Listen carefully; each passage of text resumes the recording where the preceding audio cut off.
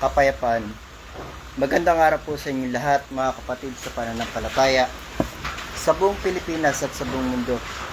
Naririto na naman po kami, ang Kingdom of Heaven in the Holy Nations of God, para sa isa na namang paghahayag ng ating pong pastor, ang tunay na sugo ng Diyos sa ating kapanahunan ngayon na pinagkaloob ng ating Panginoong Diyos nang ayon sa kanyang kalooban, nakakandili sa atin ang ating mga kaalaman at tunawa tungkol sa mga bagay-bagay at nangyayari sa ating kapanahunan ngayon. Mga hiwaga, talinghaga at misteryo ng ating banal na kasulatan, lahat po yan isasaysay ng ating pong pastor. Ang may pakinig ay makinig sa sinasabi ng tunay na sugo ng Diyos sa ating kapanahunan ngayon. Narito po si Pastor Leonides. Sa lahat po ng mga tao na patuloy po na nakikinig ng mga tunay na aral ng katotohanan ng ating pong pastor, maraming salamat po sa inyong lahat. Papuri, pasasalamat, yan po ang amin pong pinapabot sa inyong lahat.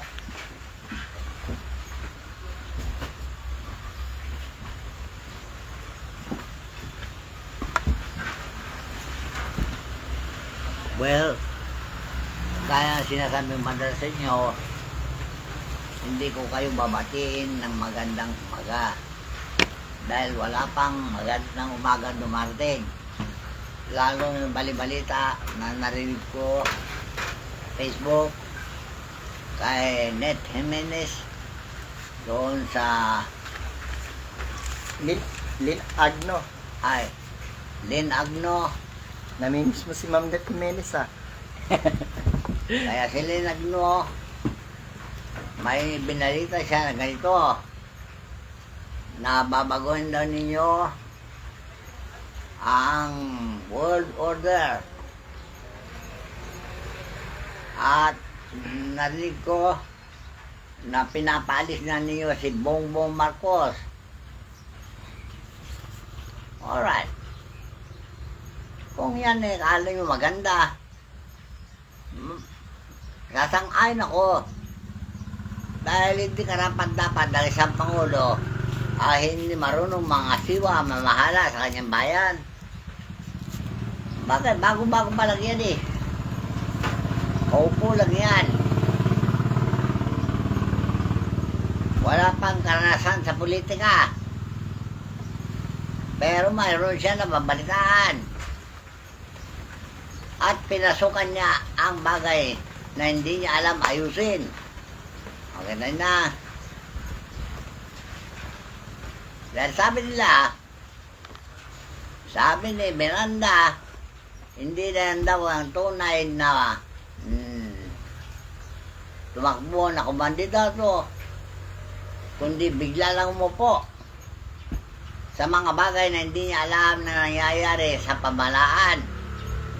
Sabi nila, ang balita ko ay nakikiugnayan sa malalaking sindikato sa buong daigdig, mga hari, mga pinuno. Kagaya ng mga namumuno sa New World Order. Alright. Dahil yun, nakakala niya mabuti. Sinabi ko nga sa inyo, yun ay inakala niya mabuti. Pero mayroon na nagkomento, mga sundalo, na hindi na maganda. Ibig sabihin, dito mga sundalo na ito, nambuksan na kaisipan nila sa isang magandang pamamahala. Alright, kung yan ang gawin ninyo, pagbutiin lang ninyo. Dahil ayaw kay Lin Agno, magkakaroon naman ng diktador ang bayang Pilipinas. Alam niyo ibig sabihin ng diktador? Wala kayong magagawa Kundi sumunod. Ayon sa world order na ipatuwan nila. Yung world order na yon ay nakikita ko sa panlita ni Lin Agno, ito ay diktador na. Wala na kayong magagawa sa inyong pag-aari. Puro masasama po yung batas ng New World Order na yan. Puro panlupig ng tao. Ibig sabihin, kikitilin na nila yung karapatan nyo. Kalayaan nyo.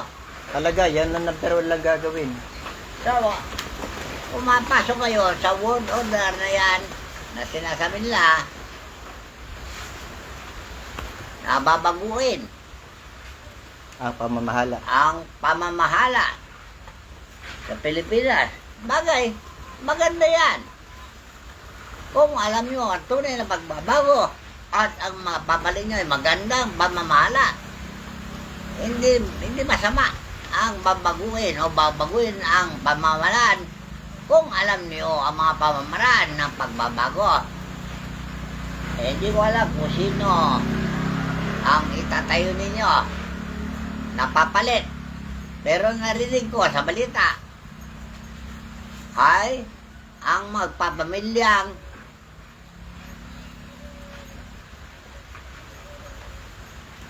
sino yung pangalawang Pangulo?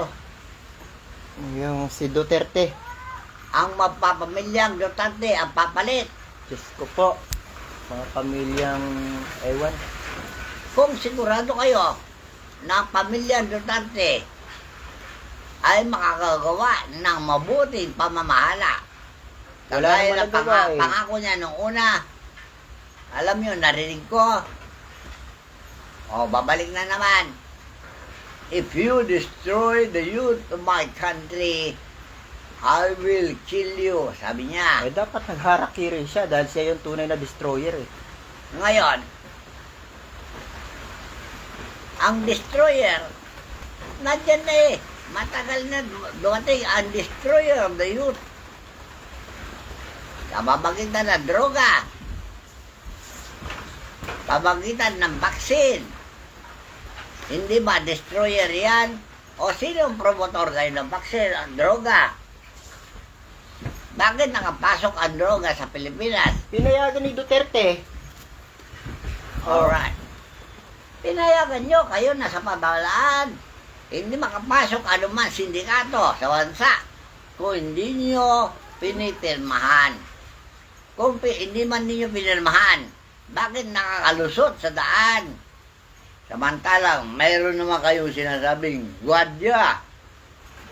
Alright. Napalibutan ngayon ng gwardiya. Mga checkpoint. Mga sundalo bilang gwardiya sa ating bansa. Bakit nakakalusot ang mga sindikato sa bansa? Dahil sa laki ng lagay. Yan ang tanong. Bakit nakakalusot ang mga sindikato sa bansa? Lalong-lalo na yung droga. Pangalawa, yung vaccine. Sino may kagagawa nito? Ayan, grupo ng New World Order kasama yung Vatican. So, bakit pinapayagan nyo ang mga bagay na kakabinsala sa inyong bansa? Ewan ko sa mga tao, bakit gusto rin nila? Kung talaga kayo concern sa tinatawag na kalayaan, disiplina sa inyong bayan, Kasarinlan ng bayan. o bakit dumarating ang mga bagay na ito? Yan ang tanong. O bakit kung sasagutin ko, baka hindi kayo amin. Dahil ang sinabi ng Diyos, talagang kayo ay sinungaling. Talamak na sinungaling. At ang Diyos ang nakakalam sa mga bagay na kasinungalingan ninyo. Hindi ba gano'n ang sinasabi ng Biblia? Walang may lilingid sa harapan ng aking mata. Lahat na gawa ng tao ay nasa harapan ng aking mata. Ibig sabihin, nagmamasid ang Diyos. Lahat na nangyari sa ating bansa, alam ng Diyos. Bakit? Walang ibang nakakalam kundi Diyos.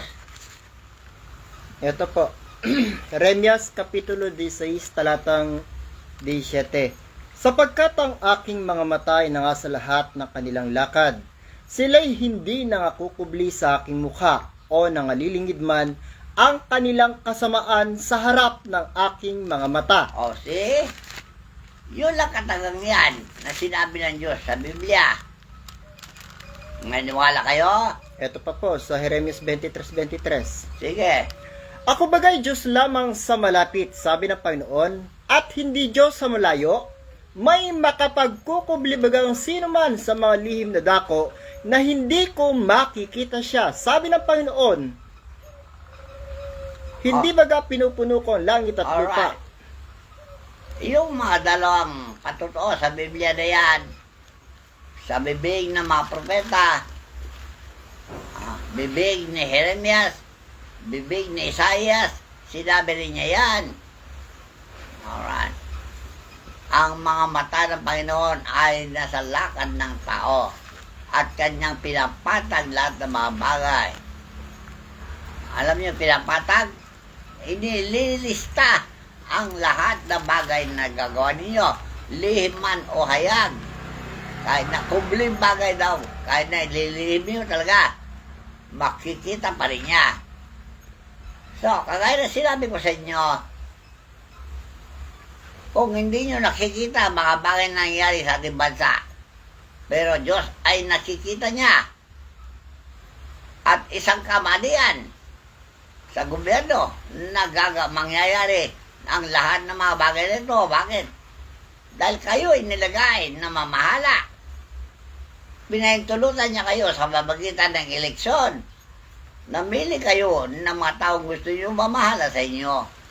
Bakit nangyayari itong mga bagay na ito Ang tanong po, na sinasabi ng Diyos sa akin? tao ba talaga namili o system ang namili? Pinahintulutan ng Diyos yan.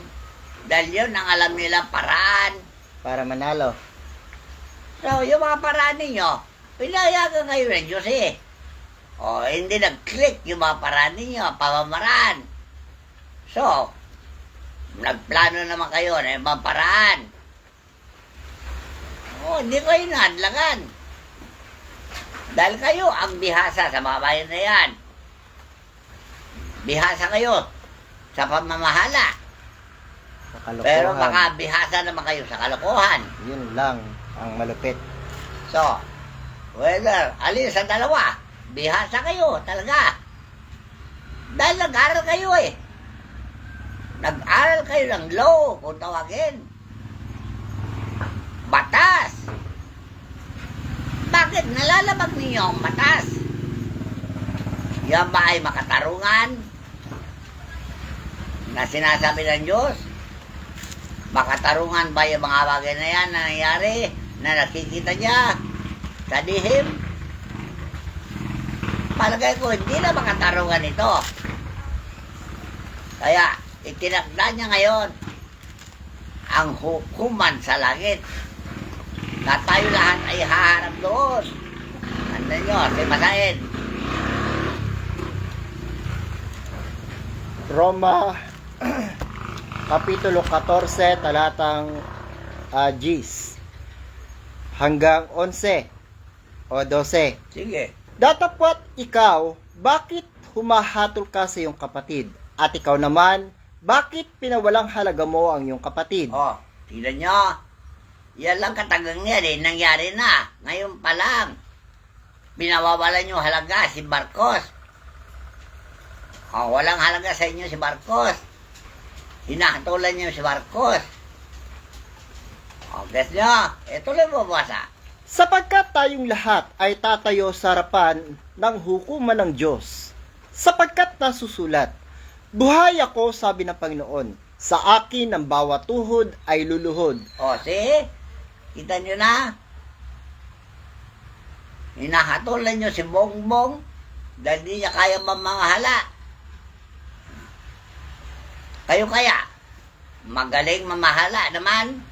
Ito pong tanong dito, gusto raw nilang tanggalin si BBM, mayroon daw silang ipapalit si Sara. Ano Alright. po ba si Sara? Yang Sara na yan, sigurado kayo na mahawakan niya disiplina sa kanyang bayan. Kabago-bago lang, may scam agad yan. Wala na bang background yan? Wala na bang background yung mga Duterte? Alright.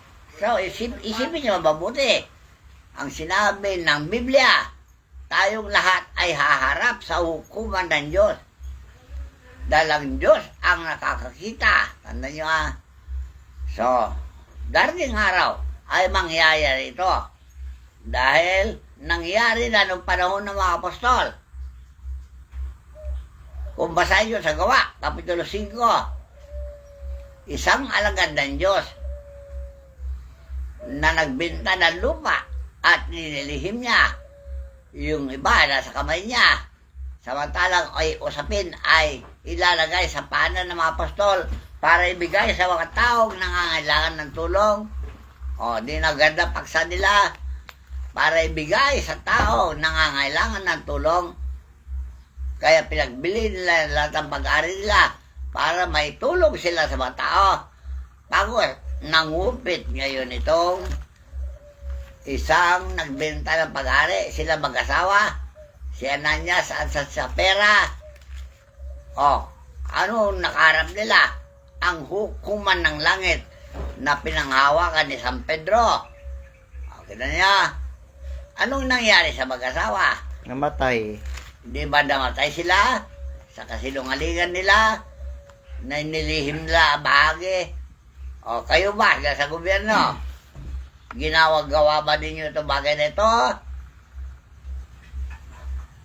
Alright. Kung ginagawa nyo mga bagay na ito, matakot kayo sa Diyos. Kagaya na sulat to, walang patawad ng Diyos sa taong sinungaling. So, kung ito mangyayari sa ating panahon, hindi ba kayo natatakot dyan na kayo lahat ay mamamatay sa kasinungalingan? Oh. Humahatol kayo sa inyong kapatid, pero kayo rin naman pala mahahatulan din ng Diyos. Parang ganito po yan. Tinitingnan nila ang dumi na kanilang kapwa, subalit hindi nila nakikita yung sambundok na dumi sa kanilang sariling sambayan. Tama yung hatol ni Jesucristo. Huwag kang hahatol upang hindi ka makatulan. Dahil ang sukat na yung panukat, doon ka muling susukatin. Okay na. Ibig sabihin, kung sinukat nyo si Marcos, kayo naman ay susukatin din. Tandaan nyo. Baka naman mayroon kayo nakaraan. So magluway-luba kayo sa ginagawa ninyo. Mas matindi pa pala. Kaya itong mga payo na ito, para sa inyo, mabuti na lang. Dahil kung yan ang baguhin nyo, ang world order, dahil tatlong tema narinig ko kay Len Agno. Isang batas na gawin ng mga doktor sa pamamagitan na sakit. Kahit na-operan kayo na walang malay, papayag na kayo. Wala kayong magawa dahil yan ay world order.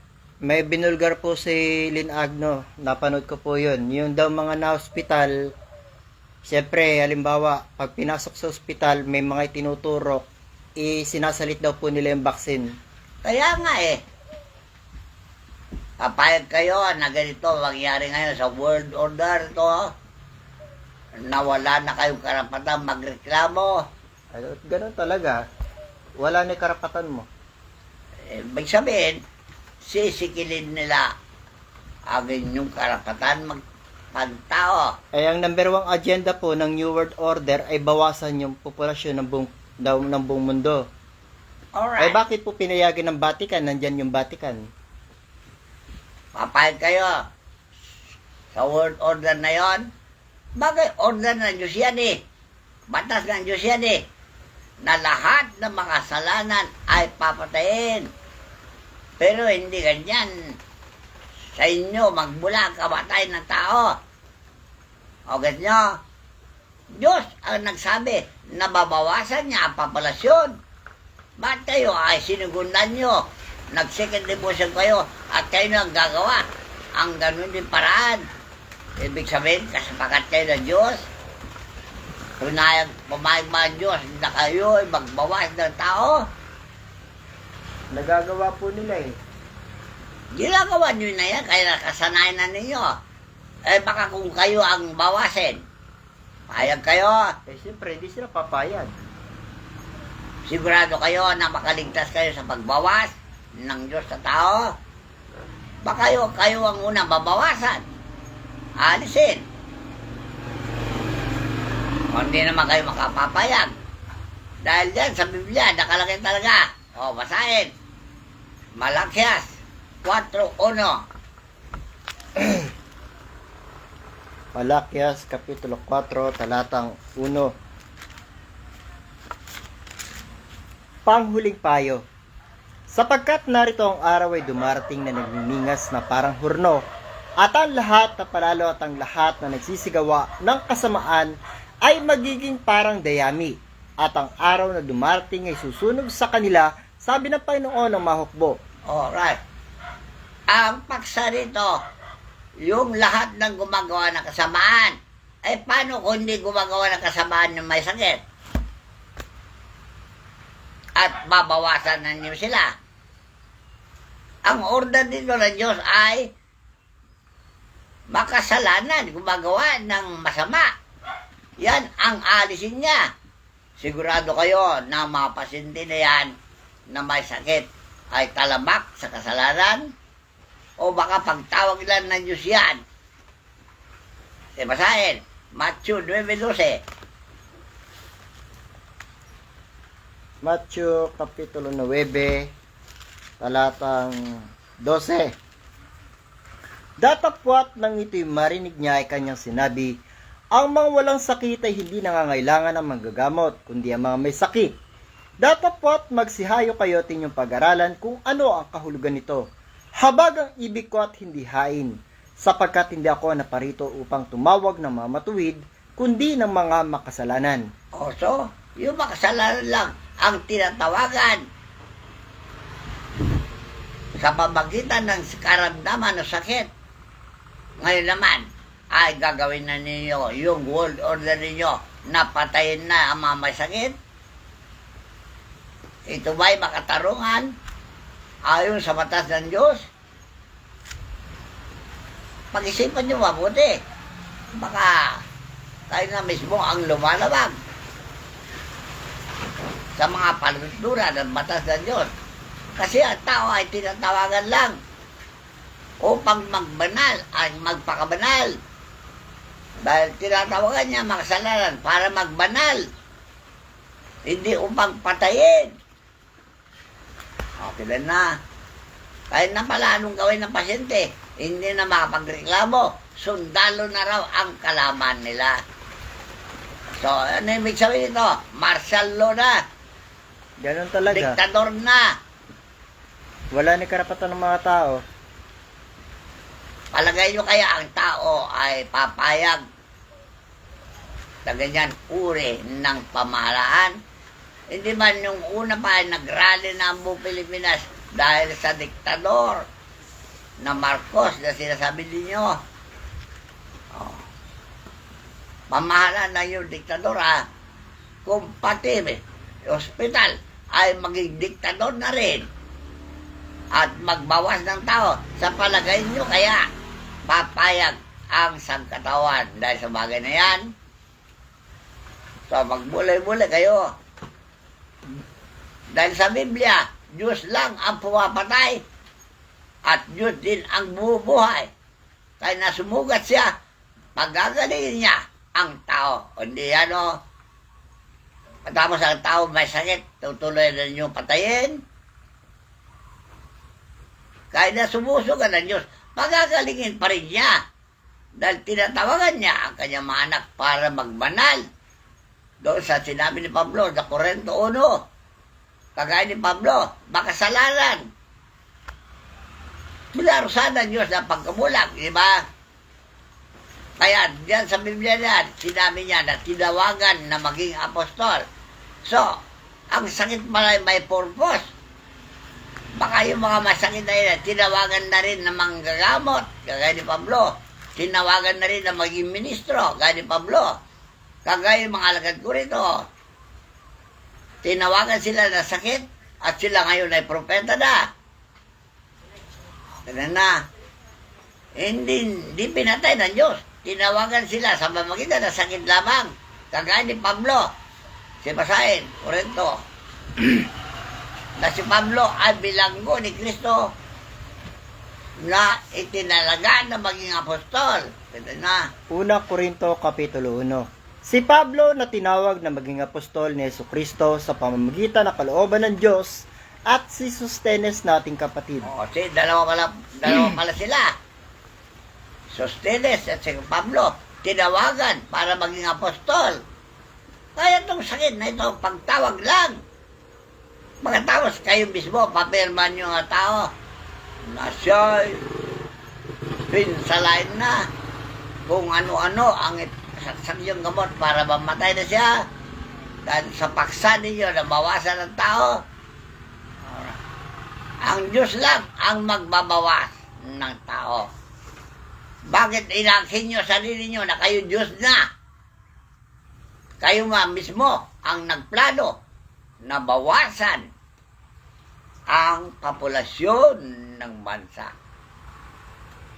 Hindi naman yung karapat-dapat na patayin. Dahil sabi ni Jesus sa akin, patayin ang dapat patayin, kawan ang dapat kawan, at iligtas ang dapat iligtas. Ay kung magpamakawa yung tao na gusto maligtas, papatayin mo pa ba? Dahil papirmahan mo ng waiver, dahil sa batas, walang magagawa ng tao sa inyo. So, isipin nyo mabuti itong sinasabi ko. Dahil ito, paalala lang sa inyo. Baka kung magkawali kayo ng pasya, dahil sabi ng Diyos mismo, saba nila na magpapasya ng likong pasya. Okay na, baka mali-mali pasya nyo. Isipin nyo mabuti. Binibigyan ko kayo ng pagkataon, magbulay-bulay sa mga sinabi ko. Dahil lahat ng bagay, Diyos ang gumagawa. Kaya mamatay tayo, kaya mabuhay tayo, Diyos ang gumagawa. Ngayon, inangkin na kayo na mga Diyos sa panahon natin. Sila nga raw po ang Diyos ng sanlibutan. Gagawin na ninyo ang batas ninyo na hindi pinantulot ng Diyos. Tanin muna ninyo ang Diyos kung pinantulot niya sa inyo. Nagagawa naman po nila eh.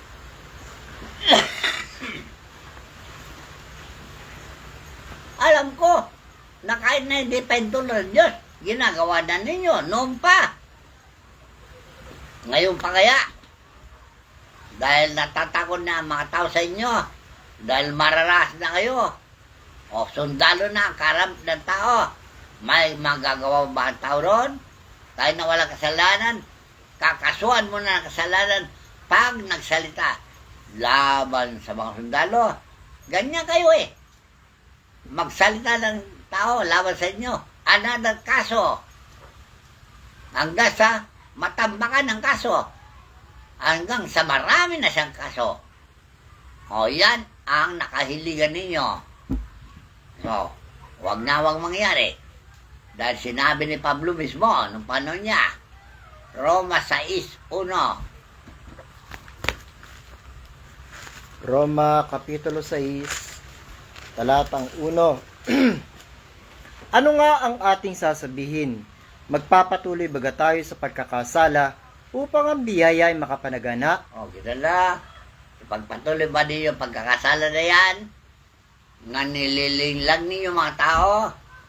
Dinadayan nyo mga tao, yung mga puso ng tao walang malay, walang kalaman sa batas. Kaya nyo dayain. Ipagpatuloy ba na nyo yan? Para ang biyaya ay sumagana. Sabi ni Pablo, huwag na huwag mangyari. So, sito na bumasa. Huwag nawang mangyari. Tayong mga patay na sa pagkakasala. Paano nga tayong mabubuhay pa riyan? O, kita na. Dahil sa pagkakasala natin, nahiwalay tayo sa buhay ng Diyos. Nabuhay tayo material. At yan ay kamatayan. Dahil hindi tayo napasakop sa batas ng Diyos. Kamatayan ang turing sa atin. Patay na tayo. Pagkatapos, wala lang pagkakataon pa na magsisi at magbago ng tao. Tutuloy na ninyo papatayin. Samantala, binigyan niya pagkakataon ng tao na mapagsisi, magbalik loob sa Diyos, kahit na makapal pa sa mukha niya kasalanan niya. patatawarin siya.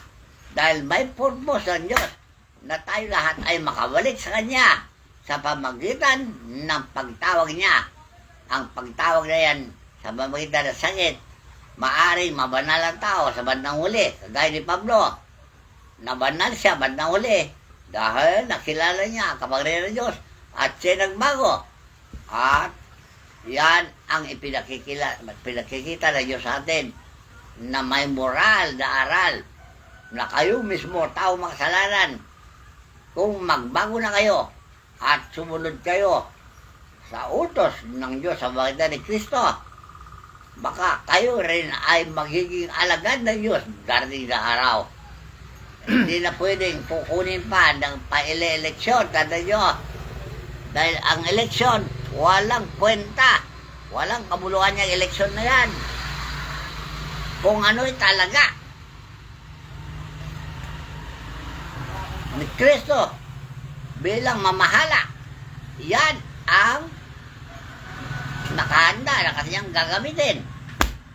Dahil sinabi niya mismo, kayo ang katawan ni Kristo at bawat isa ay sama-sama ang sangkap niya. At doon sa Roma 6 na yun, kung may tanyag na natin ang Kristo na Panginoon, matatanyag na rin tayo kasama niya sa kaluwalhatian. Okay na. Kung magbago kayo, yon ang Kolosas 3:4.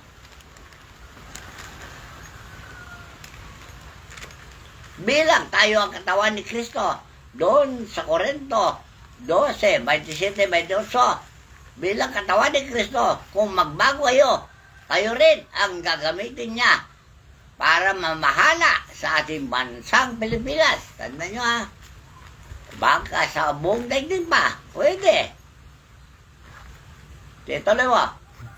Unang Korinto, Kapitulo 12, talatang 27 hanggang 28. Kayo nga katawan ni Kristo, at bawat isa ay sama-samang mga sangkap niya. At ang Diyos ay naglagay ng ilan sa iglesia, una-una mga apostol, ikalaway mga propeta, ikatlo'y mga guro, saka mga himala, saka mga kaloob na pagpapagaling, mga pagtulong, mga pamamahala, at iba't ibang mga wika. O yan ang kabuuan ng katawan ni Kristo.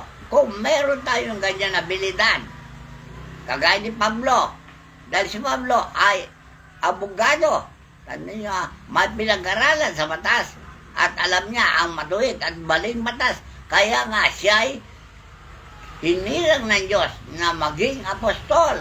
Tanda niyo, kayo ba? Hindi kayo marunong sa batas? Marunong kayo eh. Kung magbago na kayo sa panukalan ninyo na yan at lumakad na kayong matuwid sa paningin ng Diyos, baka kayo na ang ilalagay na mamahala sa ating bansa. Hindi na pararaanin sa eleksyon gaya na ginawa ni Moses. Walang eleksyon, mamili lang ang tao ang gusto niyang paupuin. Ganon.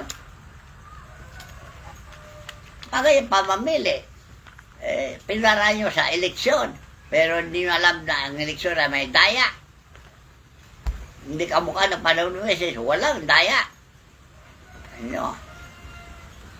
Dahil ang namili, yung mga kilala nila na nakakalam na sila marunong mamahala, yun ang nilalagay sa posisyon para mamahala. Kaya bilang tayo nga katawan ni Kristo, at hindi natin alam kung ano magiging ano tayo. Alright. Baka isa na tayo sa mapiling mamahala, kagaya ng panahon ni Moses. Hindi niya kaya pamalaan ang bansa niyang minana sa Diyos, ang Israel, at namili siya dahil sa maraming kaso, usapin. Alam niyo usapin? Cases. Hindi na daw niya. Kaso. Hindi niya kayang gawin mag-isa. Kaya naghalala siya ng mga kasamaan.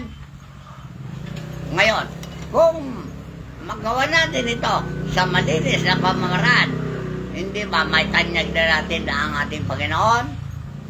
Nandun sa Kolosas 3:4. May kaugnayan dyan sa Roma 6.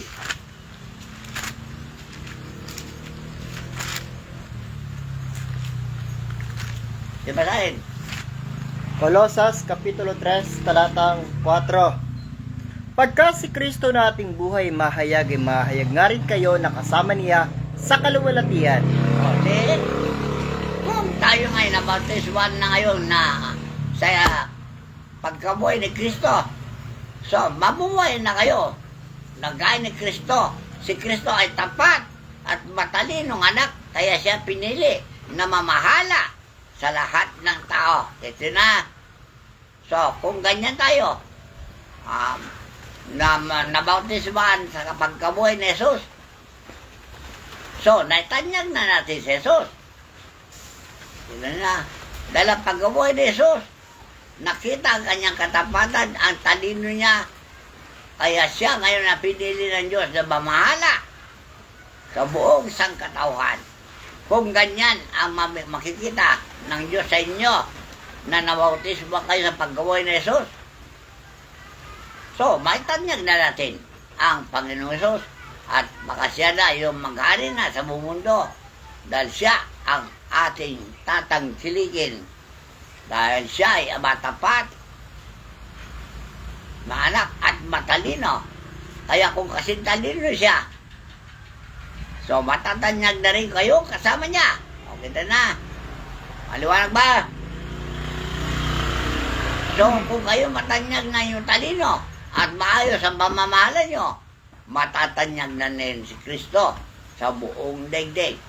Bilang tayo ay kanyang katawan na sinasabi niya, kung may tanyag natin siya sa pamamaraan ng kalinisan ng pamamahala, matatanyag tayong kasama niya sa kaluwalhatian. Get nyo? Yan ang hiwaga ng Ebanghelyo na hindi nyo alam. Kaya nga, gusto ni Miranda na alisin kayo lahat sa posisyon para palabasin na niya ang kayamanan, yung divine will for humanity na sinasabi niya. Hindi pumayag si Lady Ben. Alam niyo kung bakit? Kaya si Lady Ben, hindi niya kaya pamalan ng daigdig na mag-isa siya eh. So, kailangan din niya kayo. Kung magkakaisa na tayo sa prinsipyo, magkakaisa ng isip, at magkakaisa lamang ng akala, gaya ng hiniling ng Panginoong Hesus. Doon sa San Juan 17, na sinabi niya na ito ang buhay na walang hanggan, na ikaw ay makilala nila na isang Diyos na tunay, at siya ang inyong sinugo sa bagay si Kristo. Ang salitang binigay mo sa akin, binigay ko sila, binigay ko sa kanila, at sinapunan sila na sanlibutan. Dahil hindi sila taga-sanlibutan, gaya ko naman na hindi taga-sanlibutan. So, itong salita ng Biblia, hindi bagay na makasanlibutan. Kung magbago na kayo, gagawin ni Jesus na hindi siya nag-isip na makasanlibutan bagay, kundi makalangit na prinsipyo, magkaroon na ng kapayapaan ng lupain. Dahil makalangit na prinsipyo, yung ibigin mo kapwa mo mahigit gaya ng sarili mo, at ibigin mo ang Diyos mahigit sa lahat, na gaya ng ginawa ni Jesus. Dahil ang pag-ibig ay hindi gumagawa ng masama sa kanyang kapwa. Yan ang batas, hindi ba ganoon? Ang pag-ibig ay siyang katuparan ng kautusan. Dahil ang pag-ibig ay nabuhay nung dumating si Jesucristo. Kaya kung mabuhay na si Jesucristo sa inyo, mabubuhay na rin pag-ibig nyo sa kapwa nyo, at hindi kayo makagawa ng mga anomalya laban sa inyong kapwa. Dahil yan ang batas ni Kristo. Pag-ibig at siya ang katuparan ng kautusan. Okay? So, sana maintindihan nyo sinabi ko. Kung hindi maintindihan, magtanong kayo para liwanagin ko. So, hanggang dito na lang. Pag-isipan nyo mabuti yung ginagawa nyo batas ngayon, world order, kung yan ay makakabuti. Bakit hindi? Pero makasama. Ay. kaaway na naman ninyo ang Diyos. Tandaan nyo ha. Dahil ang kaisipan, material, hindi mapapasaklaw sa katusan ng Diyos. At hindi mangyayari. At yan ang maging kaalit ng Diyos. So, para walang kaalitan, sumunod kayo sa batas at pagdunto ng Diyos. Para yan ay mapayapa tayo mabuhay sa ibabang lupa. At wala nang alitan, wala nang dilubyo, wala nang sakit, wala nang parusa na ibigay niya sa tao. Kundi kapayapaan lahat ng nilalang. Okay? So, hanggang dito lang sasabihin ko sa inyo. Sana maunawaan nyo sinabi ko. Kung hindi nyo maunawaan, sabi ko sa inyo, tumawag kayo. At lilinawin natin kung ano hindi nyo naintindihan sa sinabi ko. So hanggang dito lang na lamang po at maraming salamat po sa inyo lahat. Ang lahat po ay amin pong inaanyayahan na magsuri lang po kayo dito po sa Kara ng Langit. Kung ano man po yung inyong mga hindi naunawaan at naintindihan sa mga pagayag ng pastor, tawag lang po kayo at mag-comment lang po kayo para mas lalo po nating maipaliwanag ng maayos yung lahat ng mga malabo po sa inyo. Maraming salamat po. Ang lahat po ng kapurihan, kapangyarihan, karangalan ay atin pong itinataas sa ating pong dakilang Ama, siya nawa. Maraming salamat po.